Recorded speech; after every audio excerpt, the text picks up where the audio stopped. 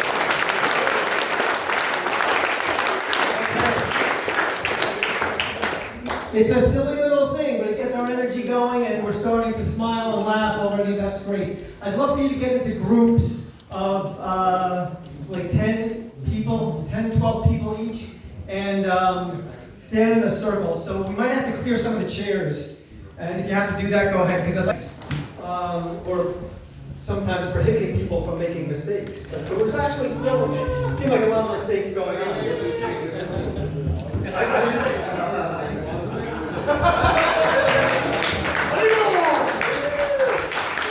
So let me just hear a little feedback on that. What did you observe in others? What did you observe in yourself? How was the experience for you? Yes? My group was very cooperative. Everybody had a great time. Cooperative and everybody had a great time. That's what I thought. Okay, good. Yeah? I think someone who would take the name tag made us hide them. Oh, very good. It made it funner actually, because then we have to remember. Okay, so Newton made them hide their name tags, and he says it was more fun because of it. Thank you. No. Felt like the group would have been, we could have done better with, we're a little tighter together. Easier to see each other. You see, you could have done better. What does that mean? What's better? I don't know. Did you have fun at all? I did have great fun, made a lot of mistakes. Oh, good. You had a lot of fun, made a lot of sense. Then having a lot of fun, I mean, I'm not sure what's better than that. So if you mean better, like we would have made less mistakes, that's not what we're after. Okay. And you said we made a lot of mistakes and it was fun. That's what we're after. Thank you, I'm sorry. Okay. Hand this. My name is Yadhunath Dasa. So I knew everyone's name from the first time around, and I know Puncher Ratnapur from his profile memories, but I thought it would be more fun just to pretend I made mistakes, so I call him Puncher Pie. And it's more fun than just saying it. Yeah. Okay, so here's become somebody seeking fun at every moment here. That's wonderful. Yeah, thank you. Okay.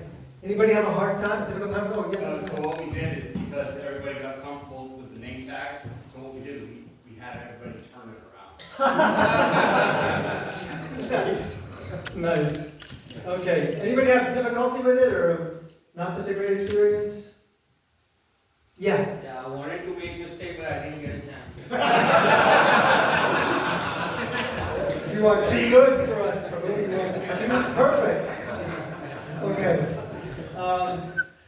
See, the thing is, we're much more likely to make mistakes when we get to know each other, because there's a little bit of trust that's developed there, and it's all about trust in a way. So by laughing with each other, our guards immediately come down. If you ever see yourself or anybody else really have their picture taken in the middle of a laugh? It's usually not a pretty sight.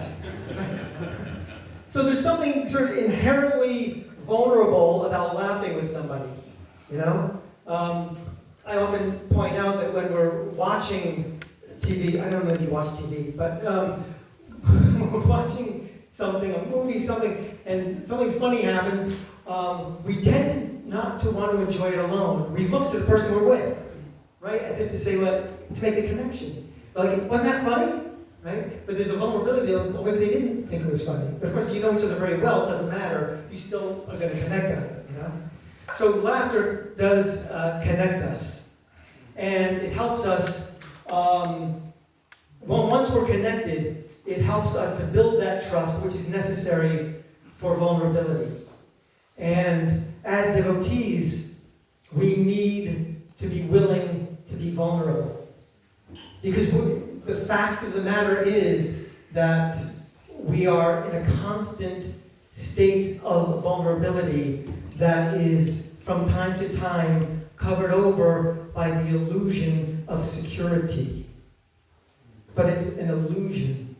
We're completely dependent on Krishna, although we often feel like, yeah, I got this. It's just not the case. So vulnerability, vulnerability makes us sensitive to reality, you could say. The Krishna reality, and take us out of this illusory state that we're in. So, in an effort to connect with each other a little bit more, to build the trust, and to make it okay to take ourselves less seriously, I want you to find find a partner. So couple up and just face each other. If you can.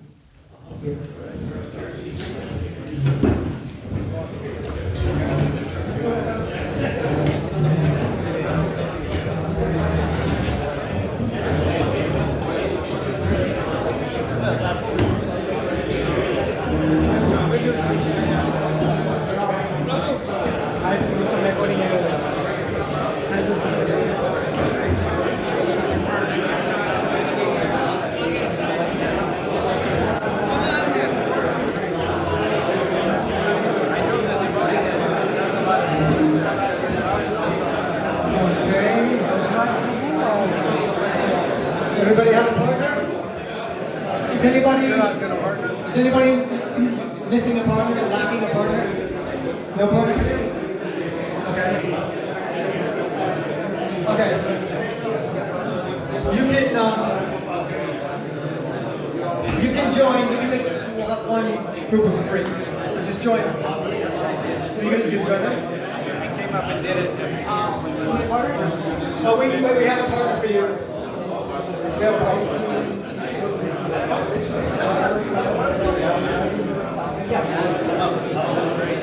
Okay, so now everybody's partnered up, yes? Hare Krishna? I like a new thing method. Shil Prabhupada ki! It's great how that works. It's like for kindergarten kids, right? They do something like that, right? 1, 2, 3, something, and they. Okay, anyways. So this idea of being vulnerable is, generally speaking, a lot more difficult for men than women. Right? Women are sort of a little softer by nature, more nurturing, right? It's easy to feel judged by a man pretty easily. And again, these are generalities, but women, you don't necessarily feel as judged by. So I appreciate you being up for the task of perhaps trying to let that guard down a little bit and allow for some vulnerability. All I want you to do here, first of all, figure out who's A and who's B. That should take only 6 seconds. Doesn't matter who's who. One's A and one's B. Okay. Got that? Okay. So we have an A and we have a B. Okay, good. So, all right. So I want A to give a category to B, just some sort of broad category that might spark in their partner some story, right? So maybe it's like college, or work, or anything, any sort of category like that. And B just thinks about it, whatever story comes to mind, tell the story, right? Try to keep it not too long, just tell a story, and when that story is done, give another category, and do another story, and another category. So A's are only giving categories. We're not going back and forth. A's are giving categories, B's are giving stories. Okay? Notice if you edit certain stories or not. Try to just go with whatever comes to mind. And I want to make this clear, I'm not looking, I didn't say interesting stories, I didn't say funny stories, I didn't say creative stories, I didn't say stories that make me look really smart. Just any story that comes to mind based on the category you're given. True or false? True. True stories. Thank you for the question. True stories. Okay, any other questions? How long is the story? Try to keep the story to like a minute or less. Short story. Yeah. Okay, you can begin. Thank you. Begin.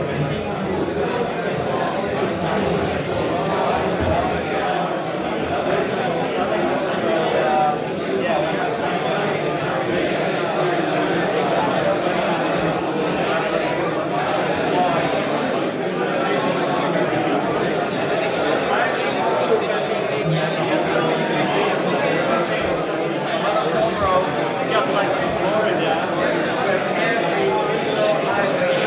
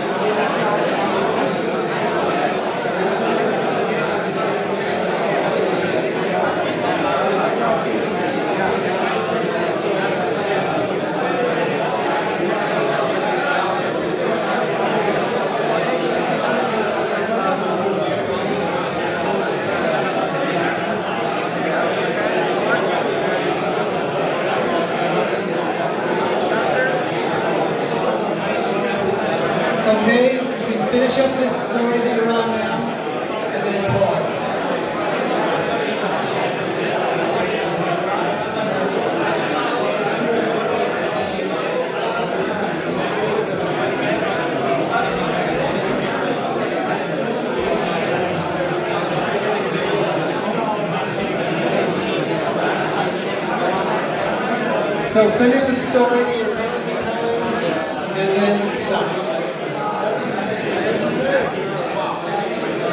I said, finish the story that you're telling currently, and then stop.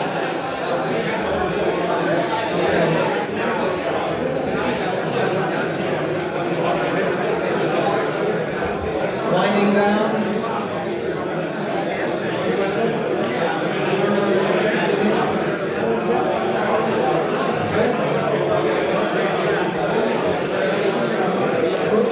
Who needs more time? Someone need more time to finish the story?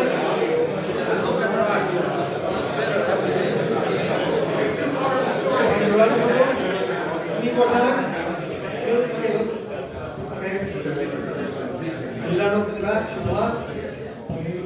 Just have a couple more pairs, just finishing up, and then we'll switch. You guys good?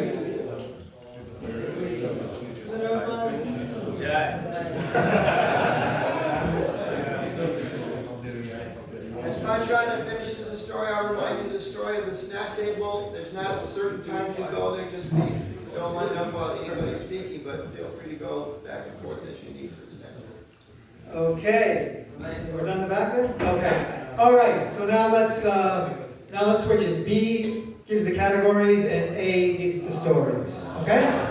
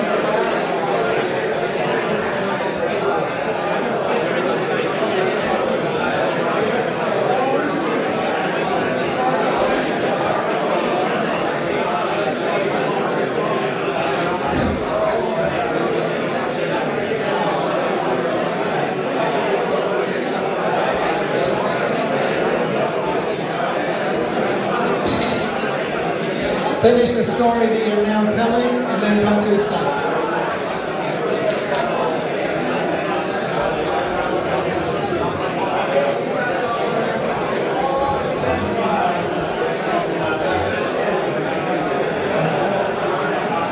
Or finish the story you're telling now and go to the buffet, snack buffet.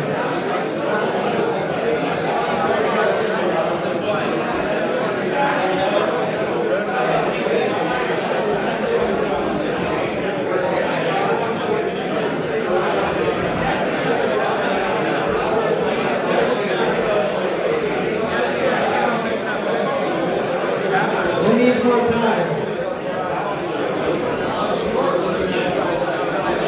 Anybody need more time?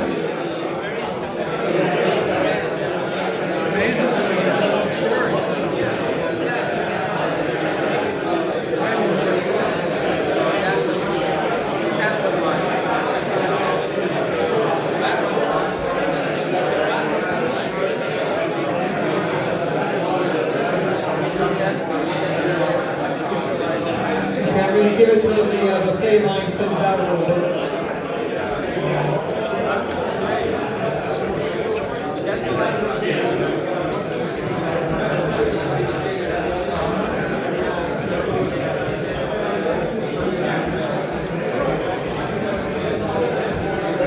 Is there anybody still in the middle of the story? Raise your hand if you're still in the middle of the story. No. Okay. Pretty full snack bar. Not kidding. A few of those we've always get through. Move on.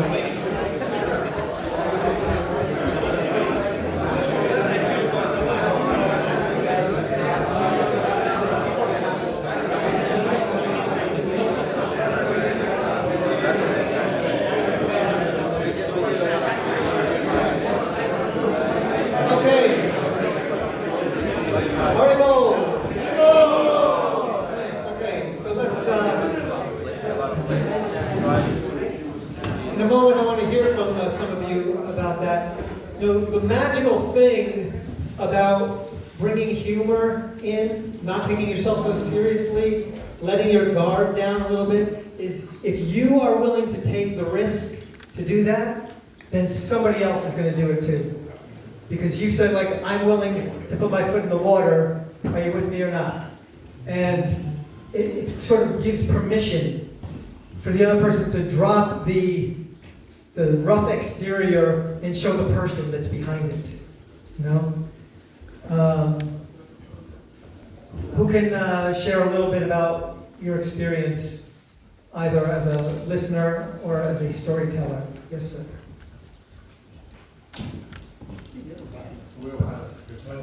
Is that working? Yeah. Okay. Thumbs up. Yeah, you can start now.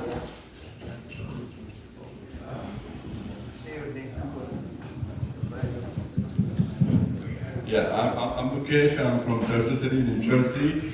So Prabhu gave me a topic about trees, and then I told him a story about when I was a kid. I used to play under the neem tree, and when we were kids, there was a saying, belief we had, and when the neem tree falls, you catch that, and if you put it under the soil for a couple of days, it will turn into the money. And we did a couple of times, but we never got any money. Okay, very good. Well, you don't have to retell your story, but I am interested in the process, how it was for you for telling the story or hearing the story.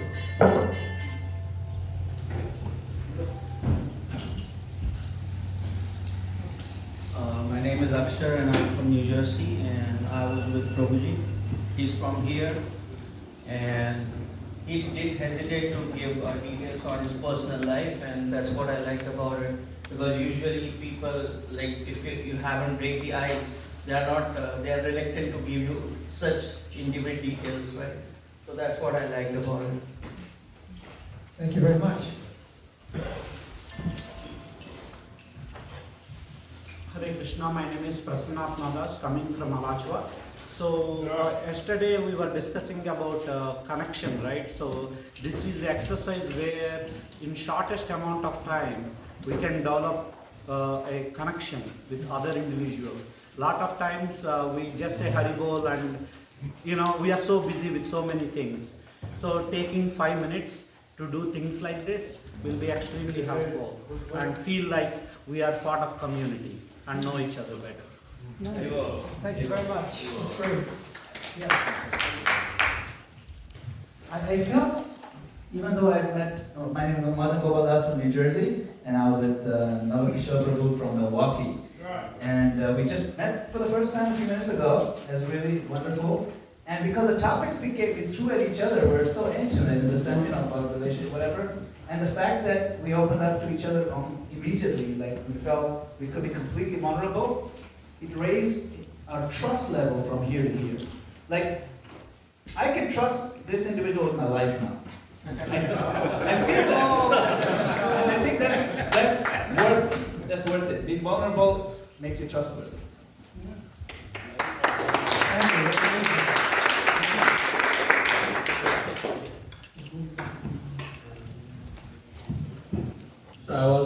My name is Sanjeev from New Jersey. I was with Yadhunath Dasa. So I gave him topic after topic, but he didn't have any stories. So I had to talk more, I had to find more topics. So it was getting more and more difficult after few topics. So yeah, that was kind of fun. Okay, but a few stories were there, right? Okay. Hi, Krishna and Gopal from Latra. I was with Cameron from Chicago, and he was A first, and I found it very hard to come up with topics. I was struggling topics. But then when we switched to B, after building that rapport with him, listening to his stories, the topics that he asked me, I felt very easy. The stories flowed very freely. I only got to tell, I think, 2 in the time because they were so long. So it was really interesting that I was hesitant to ask topics, but then it was very easy when there were rapport built with tough stories. Thank you. Is it okay to ask you, was there some element of fear about the category, or was it just you went blank? Is this a done category? Is this a worthwhile category? That's a good question. I think the problem with getting the topics was is this going to be a good enough topic that we'll want to talk about? Yeah, great. Thank you very much. That's a really important thing. So the intention is nice because you want to set up your partner for success, but that ended up getting in the way by not trusting your partner. So in this very contrived situation, you can just throw out categories and see how they respond without deciding that it's going to be too difficult for them ahead of time, right? And then if it is difficult for them to respond, which is definitely possible, you can make an adjustment at that point once you discover that to be the case. Thanks. Yeah, my partner was his name is very good name. I like him especially when we are talking each other about the telling story and the categories and everything. We are always going for the bringing the Krishna consciousness, especially for the referring Krishna Prabhupada. I like all the things he's making very nice. I love all the things, categories and story. Same thing. Hare Krishna. Thank you. Very nice. Very nice. Yeah. Hey, my name is Jack from Canada, and I was with Yuval Kishore. And I noticed, very quickly, I recognized he had a lot more experience than me. Maybe I tried to hack the system, but a lot of my stories were kind of sharing the questions that I had. I was weaving my questions into the stories, and then when he came, he was answering all my questions. So, I don't know, maybe it wasn't so fun, but maybe that's what I do. I don't know, but I was extracting his wisdom. Okay, what's your takeaway from that realization for yourself? Yeah, I guess that's my takeaway, if I'm honest, that it is harder to just let loose and be messy maybe and tell the story. I feel like I'm always trying to be productive or be efficient, so I saw this as an opportunity. I quickly evaluated this guy's got a lot of knowledge that I want, and I used the time to get that knowledge. So that was good, but it also, I can be honest that sometimes it's not so easy to just be spontaneous and messy, perhaps. Great, thank you very much. It's an actual thing. It's a real thing that very often we deflect attention away from ourselves, which is interesting. I mean, sometimes you always hear about the person who like wants all the attention, right? They're the only ones telling a story, and that person definitely exists. But there's also the person that you ask me a question about me, and I deflect it to something else, so I don't really have to share about myself. It can be very difficult for some of us to actually let that down. But hopefully we chip away a little bit at the stone that's in between who I am and who I'm with. And which that stone is very often comprised of fear and feelings of inadequacy or inferiority, not necessarily in this case, but in general, this could be the case. Yeah. I think it's a great demonstration how easy it is to actually have conversations with people. Because you can throw out any question, where are you from? You know, I'm from Toledo. Oh, my great uncle's cousin's aunt, I think, was from Toledo. Is that next to San Francisco? You know, whatever it is. But then whatever they respond opens, if you listen, it opens, no, actually my great aunt is from level. You know, and if we're interested, like they say, the best conversationalist is the person who is interested in you. You know, somebody you meet at some event, and you talk for 15 minutes about them, they'll tell everybody when they go home what a great person you are, because you're interested in them. So sometimes we think, how do I cross the barrier and make conversation, meet people? Just show a genuine interest in them. You know, so he was describing certain things, and he would make a sentence, and he would bring up some interesting topic, you know, mental health. Okay, then he asks about mental health, and then he talks about isolation. Then he asks about isolation, and then he goes into another story about teenagers. So it goes deeper and deeper, and really easy to connect with people. So thank you. Excellent, thanks very much. Anybody else? Oh, yep. So, I know Princeton, we've met many times. So I thought that this was a nice exercise to get to know each other better. So I think that was a valuable, you know, you ask questions and learn things, and it's a nice tool. Yeah. Did you learn things about him that you didn't know, considering you know him already? Yeah, I learned lots of things I didn't know. Maybe you learned some things about me you didn't know, but yeah, sure. Okay. I'm interested. That's the other thing, is because I see him as a friend, and I'd like to know more. And so, you know, this as a tool, it's a nice way to learn. Great. So yes, revealing ourselves in all our humor, with all our faults, and this idea of being accepted. We won't always be accepted with everyone. I want to make this clear. When I'm talking about trust and how valuable it is, and vulnerability and how important that is, that doesn't mean you just trust everybody. That doesn't mean you allow yourself to be vulnerable in all situations. By no stretch of imagination do I mean that. But we determine who we're willing to take that risk with. Right? And from there, you can start to build it. Okay, so along these lines, let's see if we can kind of even cut it a little finer. Find a new partner, preferably someone you don't know. For some of you, that might be impossible or almost impossible. But try to find someone you don't know and just sit with them somewhere, anywhere in the room. And if it has to be someone you know, okay, but try to find that person that you know. Okay? We don't have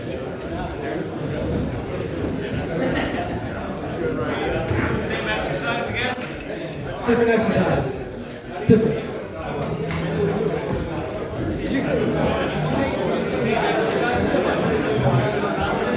Yes. Yeah, just get me up and I'll explain it again. Confused old man.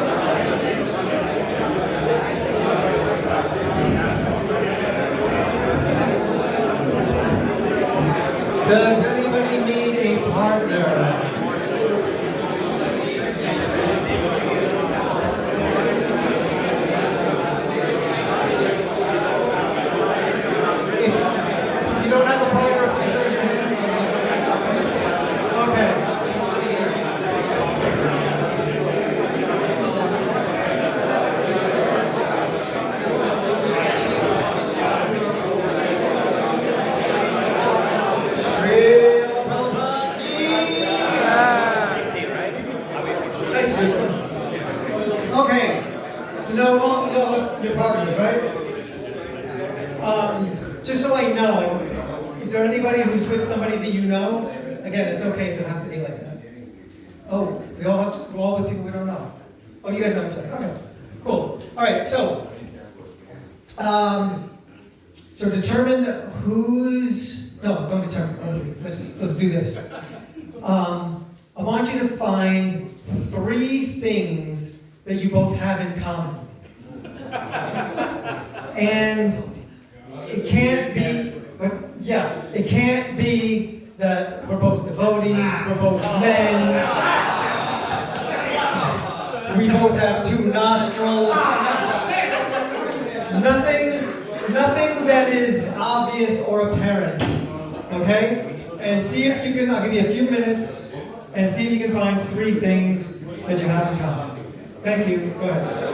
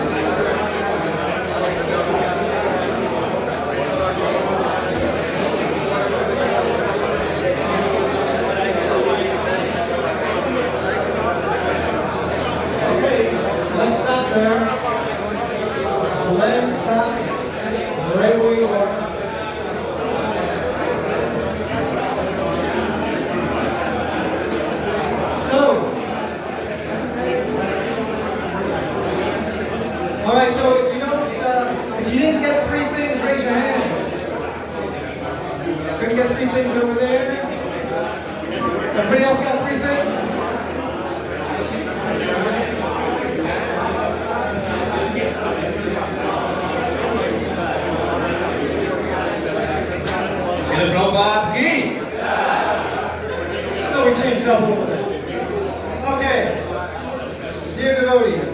Okay. So I see one parent that didn't get 3. Did anybody else not get 3 things? Okay. Did either of you guys get 2 things? 2? Chaitanya, you guys got 2? Okay, so no one got lower than 2. I'm gonna brag. Okay. I just want to do this 2 more times, but you switch partners. So just go to somebody new and just make a slight adjustment, somebody who's close to you, and do the same thing, 3 things.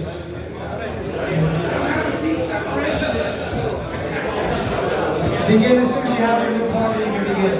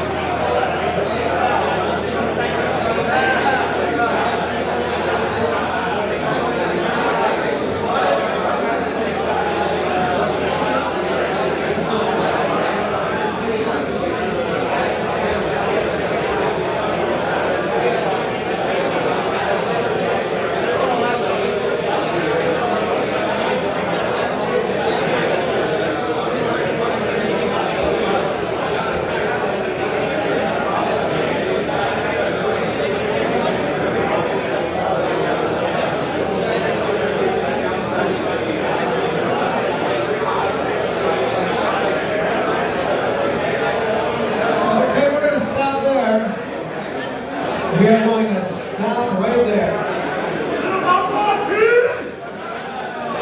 Thanks, Gopal.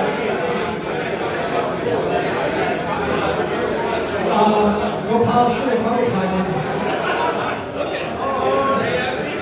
Okay. All right. All right. Hare Krishna. Virgina. We are back. Welcome back to the show. We're speaking with a bunch of men here at the Man Show Retreat. So, raise your hand if you didn't get anything in common or if you got only one thing in common. Yeah? 0 or 1? 0. 0 things. We are great friends. For what? Great friends. What's your great friend? We love each other. They both wear eyeglasses. I mean, Now, I wouldn't count because he's a parent. Okay. Okay, let me hear it again. Okay, let me hear again some feedback. What was that process like for you? What are your realizations? What did you discover? Any reflections whatsoever?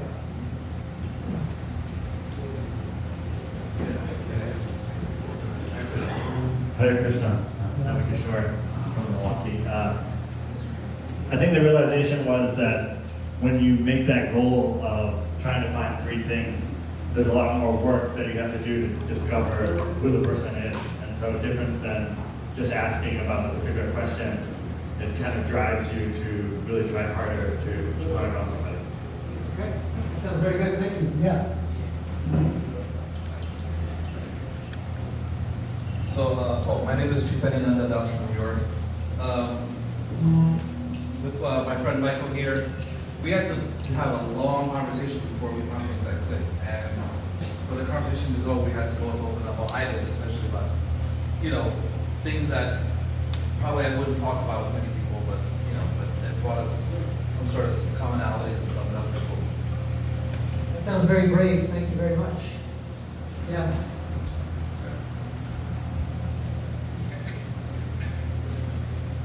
Seemed to get easier if you just pick things like music, food, and there's certain areas that more like you're likely to find something in common in certain areas of life. That is true, and it speaks to a larger point. What is the objective? If the objective is to win, which is to say, to complete the task, yes, then you go for the obvious things. There's nothing wrong with that. But there is a way to go deeper to try to know someone a little bit better. I mean, it's worthwhile to know what their favorite food is or what music they like. So there's value there, and there's also value in trying to find out about the person more personally than those things. So the hand roll, yeah? A real quick. 1, 2, 3. Karun and I, we both discovered we're very clumsy. That's how I drop my strawberries. Got it, yeah. Kartika Chandra Das from Vrindaban. I felt like when we find the objectives to find commonality, I think it's easier to bond because always the differences taking always keeps people away. Commonality brings people together. That's what I think. It's easy to bond. Interesting point. I'm John from DC. I also found it was very impersonal trying to cut this conversation short. It's like, okay, well, you got kids, okay, well, they're, not the same sex, so let's move on to the next one. So the conversation more is open. So it's just kind of like objective minded, just kind of like forced. Yeah, that's true. We were trying to find areas of commonality. And then once we find those, you can always, that you both have children, right? So that's what we have in common. We can explore that anytime, You might see each other walking outside on your way to the temple room or something and start talking about kids, So, this specifically wasn't focused on the conversation as much as finding the points of conversation. Thank you for the comment. Yeah, now let's start. In this task I found out that it's very important who you work with. And for example, when I sit here with Yugal Kishore, and I thought that what could be common between Grihastha and Brahmachari, and he did all job. So I was lucky with my partner, and actually he found 3 things that I wouldn't think about.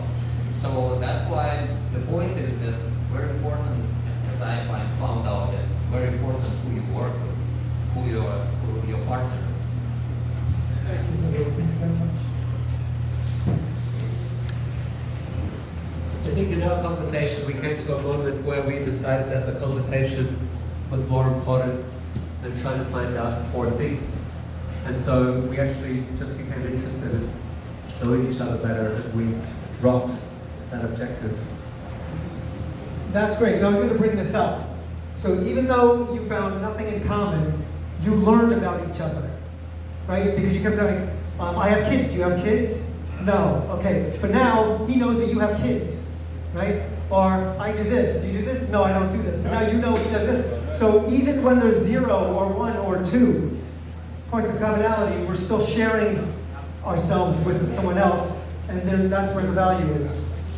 Hi, Brian from Rhode Island. So you're talking about commonalities. You're trying to find commonalities. What I find interesting is the... Yeah, just... Is it good? Yes. Better? I just got to get on this thing. So, Brian from Rhode Island. Let's start with the story time. So when you're trying to look for the commonalities, what I find interesting is that it's the compatibilities, right? So like we were talking, I love to cook.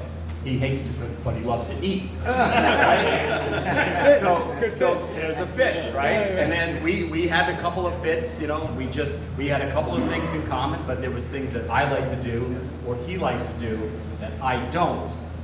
But it fits. It was, you know, so that I found that very, very interesting. Yeah, that's a great point. Thank you. What was it? Well done.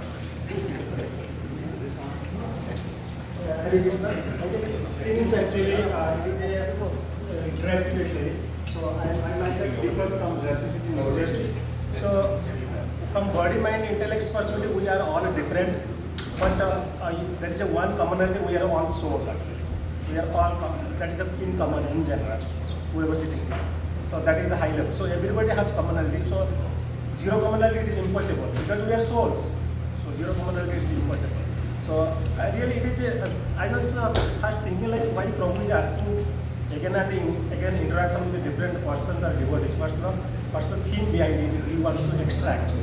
So now I got the point actually. So if we know each other better, then we can stand in another like position and help each other, and then we can take the best part of his life, and then we can get what we have done best in our life. He can also reflect. So it's a reflection on each other actually. That's it. Beautiful. Thank you very much. I appreciate that. We've got last comment. Hare Krishnadas from Washington, D.C. It is very exciting to find out about the other person. And then the first thing is that you kind of assume certain things, and you're wrong about that. It's also right. So it's very exciting to find something else about the person. The other thing about the attitude is that, okay, so, you know, I'm like, I have this competitive habit. You gotta do it quick, right? I have to do it quick. Yeah. That's. Now you don't have to. Yeah, you don't have to do that. Good. Thank you so much. Great. So yes, what we have in common brings us together. Now, in American culture, I can say that for some reason, whatever the case may be, differences freak us out, right? People, you know, if you're different than I am, fear rises for whatever reasons. Differences often create fear, and then the fear separates us. And then we don't want to interact with the other, we are afraid of the other, it becomes us and them kind of situation. I don't get it personally, but that seems to be the case. To my mind, differences should be celebrated. It doesn't do us any good to pretend that we're all the same, because we're not all the same. And the differences between us make for interesting additions to the conversation. In other words, I'm going to bring something to the table that you couldn't possibly bring to the table because of your cultural background, and this vice versa is also true, right? So I don't know what it's like to be in a black body, or a female body, or an Indian body, and those things, those differences. I don't need to fear those differences. I don't have to keep us separate because of those differences. I need to enjoy those differences and find out about those people, what they've been going through, what their material situation, their material machine, how that has informed their experience in this lifetime, and I can learn from that experience. So we can learn from each other by our differences. We shouldn't ignore our differences. We should acknowledge them and celebrate them. That's my contention. I would like now, just to we don't have much time left, so I'm just going to ask people to randomly stand up one at a time. And I want you to just say, I'm different because, and then fill in that blank with whatever it is that makes you feel different. Stay standing while you receive a little applause, 5 seconds, just to acknowledge and celebrate that, and then sit back down and somebody else stand up. Now, just to be clear about what it means to be different, this doesn't have to be like you're unique, you're the only person like this. When I do this exercise, say in the corporate environment, I always tell them if I were to take part in this exercise, I don't because I'm not part of their team, but if I were to take part of it, I would probably say I'm different because I don't eat animals. Now, as we know, there are millions, maybe billions of people who don't eat animals. Certainly hundreds of millions of people don't eat animals. But the fact that I don't eat animals, it makes me feel different than most other people. So it's relative to what it is that makes you feel different. Don't worry about a lot of people are like that. If it still churns something within you, it puts you a little maybe at dis-ease, then you can go with it. So it's just, I'm different because blank, fill in that blank, stay standing to receive a small bit of appreciation, and then be seated. Different from the people in this room or the planet? It makes you feel different in some way. It might be the people in this room, it might be the whole planet, it could be within any context. But you know about, I feel different. Maybe it makes you feel different because you're very tall. You're taller than most people. I can think of 100 things that I consider you different. Okay? My name is Jack from Canada. I'm different because I do yoga asana every single day.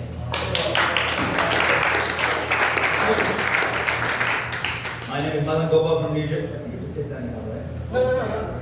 My name is Madan Gopal from New Jersey, and I'm different because I was born in Kenya, but I can't run a marathon.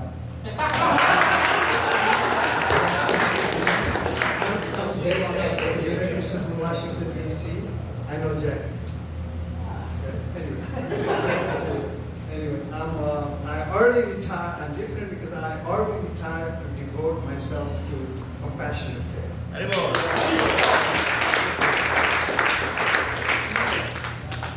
I'm different because many times I tried for wake up for Mangla Aarti, and just today was the first time I was successful.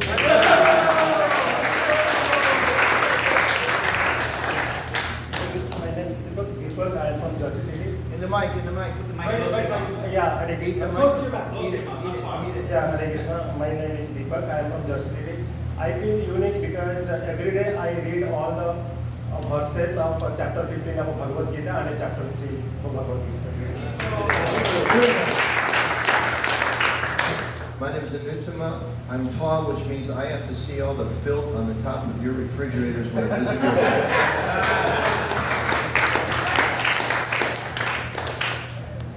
Nobody on this side of the room is different. I'm Karunavatar. I'm different because I'm a scientist and I tend to overanalyze.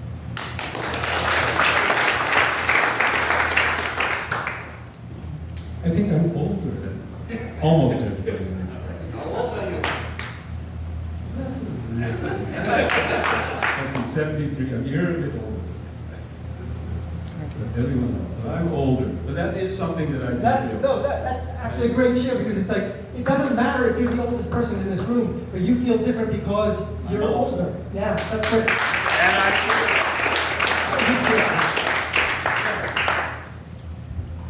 Hi, my name is Ram. I'm different because I don't know why I'm different.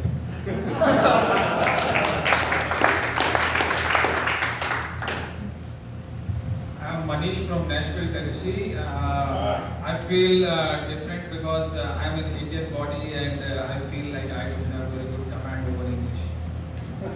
Well said.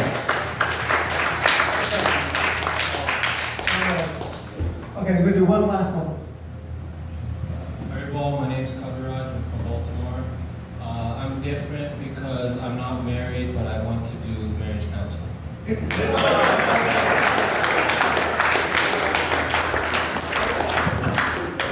All right. Thank you all very much for participating. From where I stand, I feel like a lot of you did let down your guard. You did allow for silly, you allowed for humor, you allowed to show yourselves a little bit, and I hope that was a good experience for you. Are there any final questions or final comments? Yeah. So you talked about, I thought you talked about being, you talked about being vulnerable.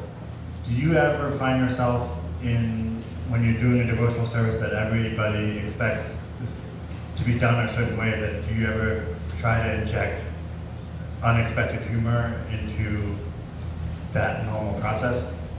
Because sometimes, like, if you think about Bhagavatam class, you think about deity worship, it sounds like if you were to do something humorous, it would be considered childish versus childlike. Right.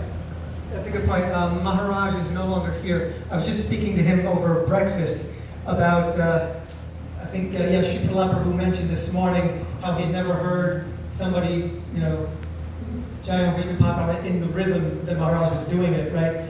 And Maharaj told me that he did that in Mayapur and he got some pushback on that. But it's not a major thing, I personally have run into that with some of the sketches I've done in performance for devotees, where somebody thought something wasn't appropriate, for example. And the way I handled that was I thought about it, I listened, and I took it in, and I spoke to other devotees about it, including senior devotees, and I decided that I didn't really agree that it was inappropriate. And I understand that that's also a relative thing. Certain people think things are funny, other people don't. Certain people think things are inappropriate, other people don't. So I personally never want to offend anybody, and I don't encourage anybody to do something so off the wall that it's disconnected from why we're here. So, but if you have a different take on a way to get Bhagavatam class that is connected to the purpose, I don't see, I would personally try that, because it could be exciting for people. Bhagavatam class is wonderful. It has this reputation of nap time for a lot of people, right? If you threw a curveball like where you're suggesting it, maybe that'll perk people up and keep them awake. So I think it's important to keep an eye on being progressive as well as keep an eye on being traditional. Okay? I thank you very, very much for doing these crazy things. And let's stop taking ourselves so seriously all the time. Yadhunath Prabhu ki.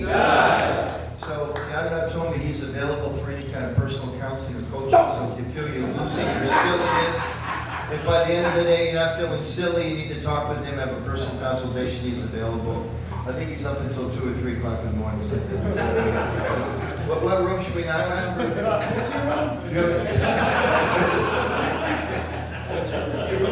you have a roommate? I don't understand. Yeah, there's 4 of us. There's only one bed.